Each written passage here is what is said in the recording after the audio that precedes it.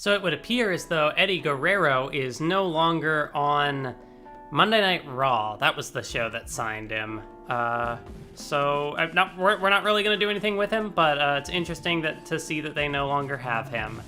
Hello, everyone, and welcome back to MyGM in WWE 2K23. NXT, they may have a huge budget, and somehow we're shown in second place, but I'm pretty sure that is not true. Oh, it's because of the trophy. Okay, that actually makes sense.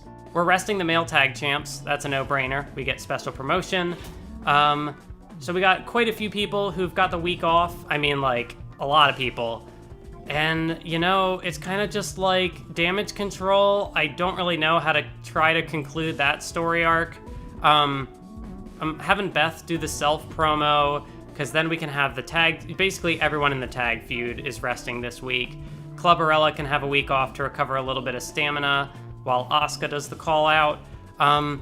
If there's a spare match on the show, I'll probably have Rhea defend the title in some capacity. I just have no idea who that should be against, but we'll keep her in our back pocket just in case.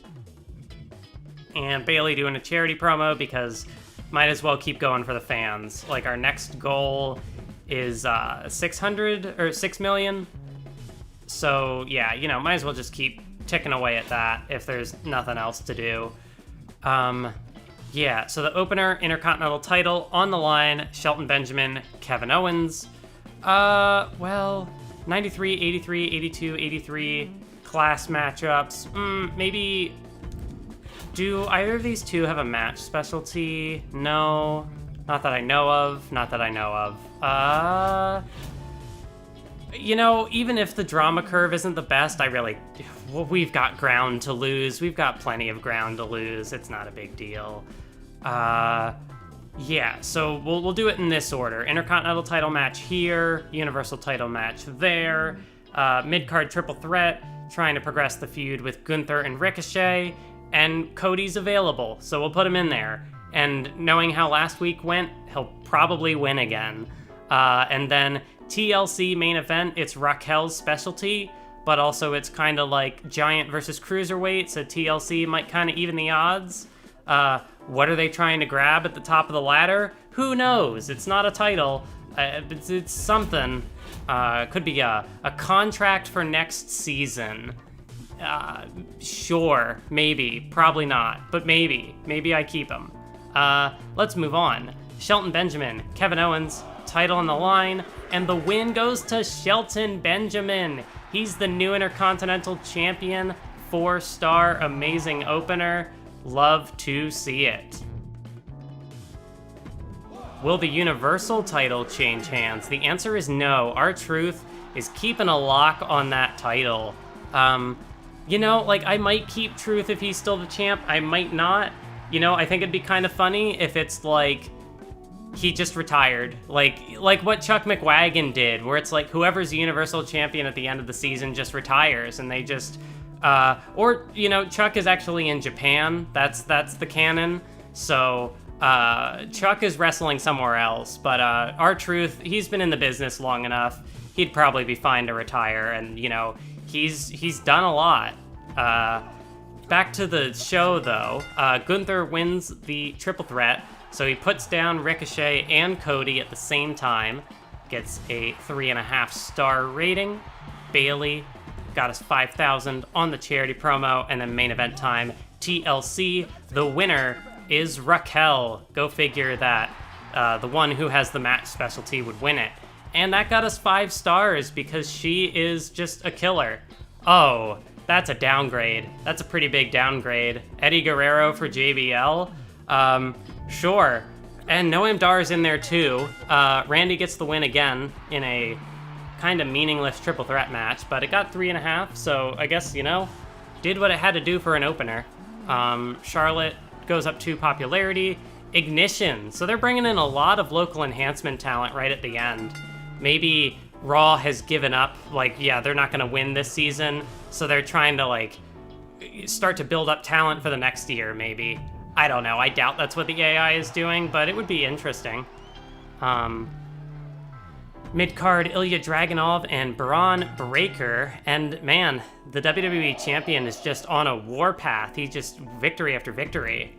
And that got 2.5. They're doing this again. They just concluded this, but I swear I thought they concluded it, but it got 4 stars, so... no, you know, it's probably been a couple weeks, because they had Logan Hogan for a bit. Oh, and it might have even been that because Hogan got injured, they had to backtrack. I'd believe it. Victory for Natalya and Dana Brooke, 4 stars. Macho Man Randy Savage got him 5,000 on the charity promo. Commander Aziz picks up the victory in that match for 4 stars. Rey Mysterio +5 on the self promo. Dominic Mysterio, Braun Strowman Extreme Rules, and the winner is Braun Strowman for 3.5 stars. They did a call-out promo afterwards that happened, and then main event, can Johnny Gargano retain the NXT Championship in a rematch? And he sure does. 4 stars on that one. Not a bad show for NXT. Yeah, they were like step for step with us up until the main event. And Raw, not so much. Not so much for Monday Night Raw. And yeah, we're doing solid. No one's getting injured, getting good matches, good ratings. Oh no! Braun Breaker, the WWE champion. He's been putting on too many showcases. He's injured for 3 weeks. But I don't think they have him in a feud right now, so I don't think that's a big loss for them. But it's like their main champ is injured, which no matter how you slice it, that's it's not great for them. Got a rating score of 124, plus 47,000 fans. Budget continues to go up a bit. Raw got a 105 for plus 23, still not looking too good. NXT with a 122, plus 49,000. Yeah, I find it so interesting that it's the trophies that decide where you're placed and not the fans. But like, the fans factor into the trophies you get, so I guess it's kind of an interesting balancing act. You know, I have had the thought, and it might happen at some point, it's kind of just a matter of, I don't know, what am I trying to say? Like, my production sort of like mindset or time, or the way that I work through videos is not very streamlined, I guess. But I think it would be interesting to do like a comparison type video where it's like really looking in depth at all the details in this MyGM and comparing it to the old school GM mode and kind of talking about like what would be cool to bring over from back then, but what's interesting about this mode compared to the old games. Because, you know, I kind of talked about it in the first few episodes of like interesting new details I was noticing. Bye, Beth. Bye, Beth Spartan. I'm giving you one more chance. I don't really need it. Gunther's been handing me nothing but losses. Sure, I can do that, Ricochet.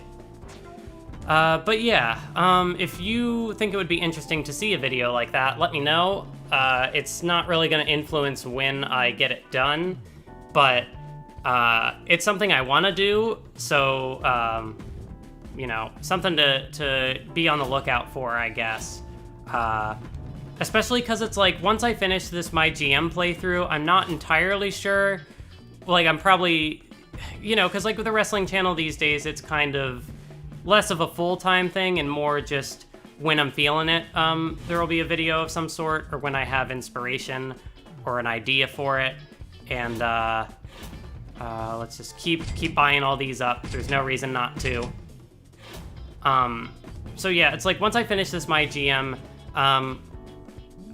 it's not that I am completely uninterested in doing another playthrough, but this feels like a kind of thing that would maybe be better as like a live stream where there's like a little more interactivity going on.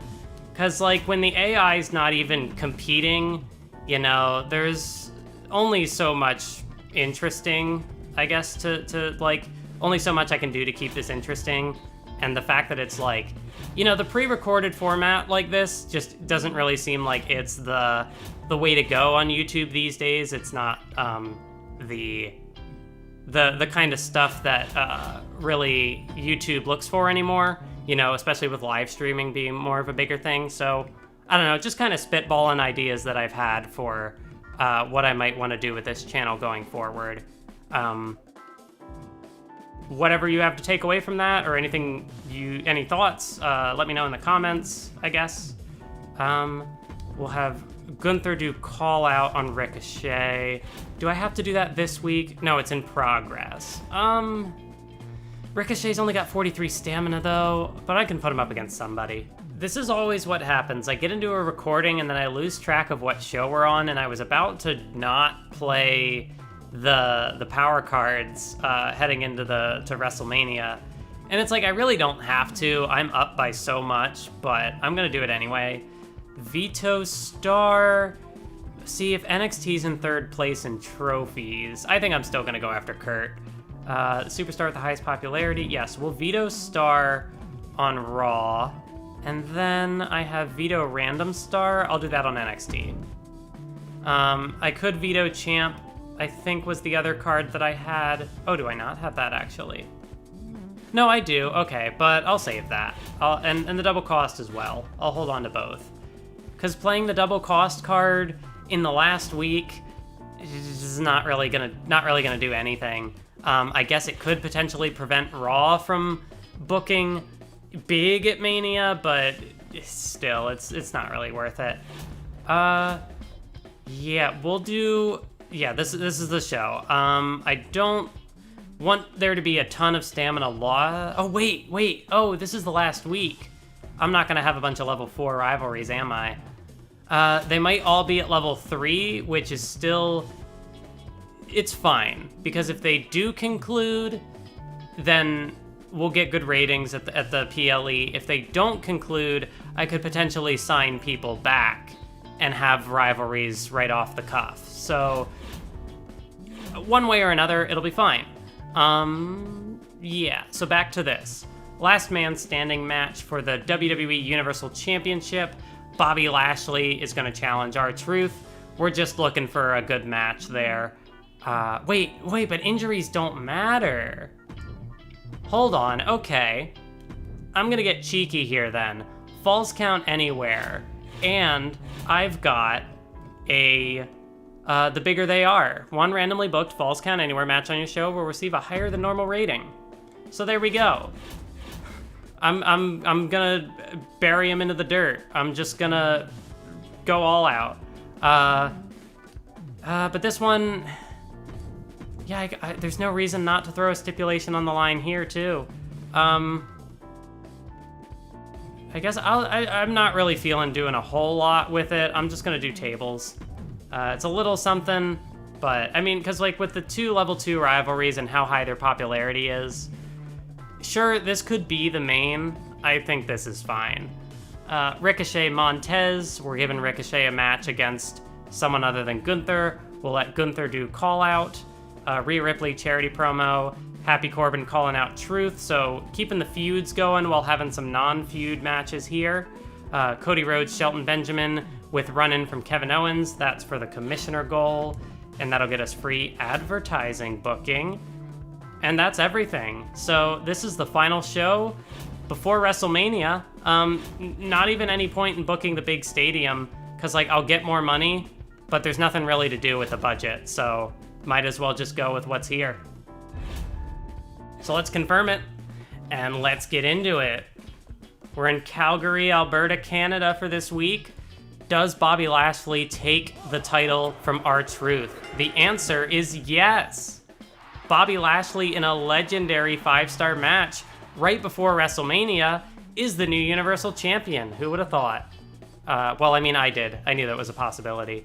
I mainly just did it for the class matchups, but hey, Bobby Lashley might be the new top heel for Season 3. Gunther advances the feud to level 3.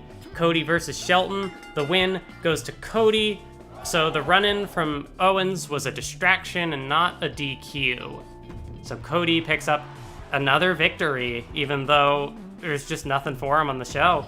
Getting a phone call in the middle of the recording. I was just saying that Cody not being in a feud actually seems like it's been better for him because, you know, he's getting a lot of victories and building up that popularity, so maybe he has something to do in Season 3. That's disappointing, not unexpected. I hope Ricochet's fine losing that match, because, you know, the Thing said he just wanted to face someone other than Gunther, but he's lost anyway, so that's entirely on him. And the main event, Tables Fatal 4-Way, the win goes to Roxanne Perez. 4-star main event, so really, the opening match could have been the main. What do we have to lose, though, by booking it this way? It's still a good show. Eric, 3.5 stars in the match against Logan Paul. Alexa Bliss continues to self-promo. Massey, Noam Dar, they're back at it again. And the win goes to Noam Dar in a 2-star mediocre match. +4 popularity for Shayna. Randy Orton, legend killer once again, taking on JBL, and he wins again. 3 stars for the Viper. And then main event time, it's Zoe Stark and Charlotte Flair once again. But it's Charlotte Flair. She's not giving up any ground, just determined to get all the wins. But maybe that's what they're building. At Mania, that's when Zoe Stark is going to get the one-up on the veteran. And it is Ali Brawler with the win over Alba Fire. We've seen it before. We see it again. Not much else to say. Chad Gable, 5,000 fans on the charity promo. Mid-card match, Carmella and Natalya. That's a win for Natalya. 3.5 stars. Call-out promo. Still keeps happening. They'll conclude it at Mania. Dominic Mysterio, Ivar, 1-on-1, and the win goes to Ivar for 3 stars. Cameron Grimes, +2 popularity on the self-promo, and then main event time, triple threat, Extreme Rules, and the win goes to Angel, 4.5 stars. Did anybody get injured, though? I feel like somebody had to, right? Not on my show, at least. Oh, it doesn't look like there was a lot of progress on the rivalries, according to this. It's not the best, but it's not the worst either. Yep, Randy Orton, out for 3 weeks. Not surprising. Hey, but no one on NXT, though, so it's just Raw that's suffering.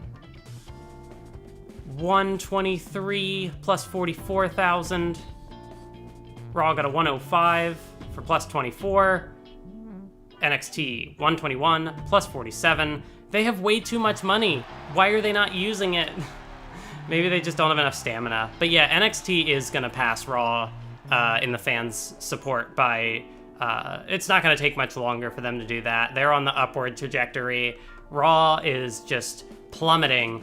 And, but yeah, it's still NXT, almost 400,000 fans back from us. So Season 2 is still pretty clear on who's gonna get first place. But second place, you know, it can factor in certain ways. Double the price of their power cards in the shop, I don't think that's a problem. That might be, though. Shelton, damn. Unfortunate, we can't do Shelton versus Kevin Owens, but that's okay. Yeah, and honestly, more expensive power cards, I'm pretty sure we can still buy it. Cody Rhodes and Ricochet want a team. Because in the next few weeks, so if I do Mania, I'm not technically failing the promise. I'm gonna say yes, and maybe we can re-sign them both. We'll see. It feels good to be the best. This journey has been amazing, but at times I feel like I'm getting lost with the crowd. How do you feel about my impact on SmackDown? Sure, I'll give you a raise. Really doesn't matter. No skin off my back. At least I hope not. So, Mania in the stadium. Let's see, what does that leave us with? All the matches are gonna be free. That is a lot of money, though. Raise the selected superstars' morale. I can definitely do this. The only concern is the promos. You know, I'll do the math off screen and I'll figure that one out. Have at least one backstage brawl, injury rehab 3. On it, boss. What should that be, though? Well, main event is probably gonna be, no, tag team. Not a tables. I'll fix it. Where are they? Montez, Angelo Dawkins, Bobby Lashley and MVP, title match. Make it everything. Make it a Hell in a Cell. There's no reason not to. Absolutely no reason not to. What actually is the PLE bonus? What stipulation is it? For Mania. Oh, wait, does it not say? I guess there isn't one. Anyway, yeah. I'll end it off for today's episode. Next time, it's WrestleMania. It's gonna be big. Hope you're looking forward to it, and I will see you then.